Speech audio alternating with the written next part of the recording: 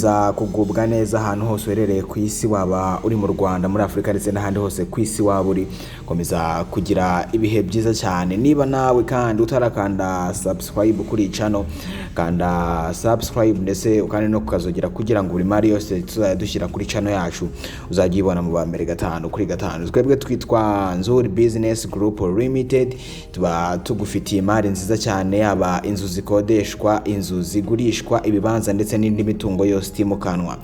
Uramutse kandi ufite umutungo ushaka kugurisha, nabwo watugana twagushakira abakiriya bawugura mu gihe gito cyane. Si ibyo gusa kandi tugira n'indi service ya property management.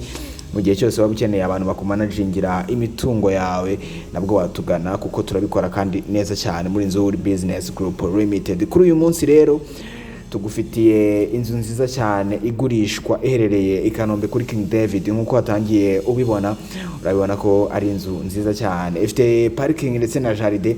Inzu kandi ifite ibyumba 3, ikagira toilette 2, salon ndetse na salle à manger, ifite kandi na cuisine, ndetse kandi iyi nzu ifite na annex nziza. Akarusho k'iyi nzu nuko ibakishije amatafari ahiye yose.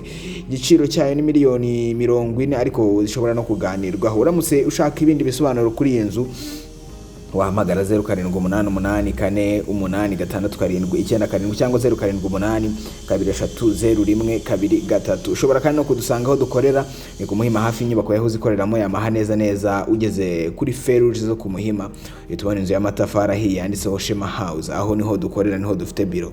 Uramutse ushaka kudusanga kuri biro niho wadusanga. Ushobora kandi no gutangira kudukurikirana ku mbuga nkoranyambaga zacu zose, haba kuri Twitter, Instagram, Facebook ndetse na YouTube, wanditse NZIZA Market.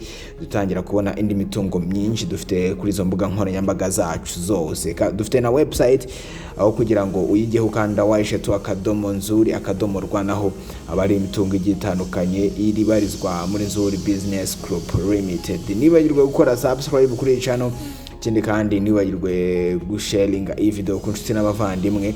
Mu gihe cyose waba ukeneye umutungo ari wose utimukanwa, ikaze cyane muri NZIZA Business Group Limited. Dufite amazu menshi yabakodeshwa ndetse nagurishwa, ibibanza, amashyamba ndetse n'indi mitungo yose itimukanwa. Ikaze cyane muri NZIZA Business Group Limited.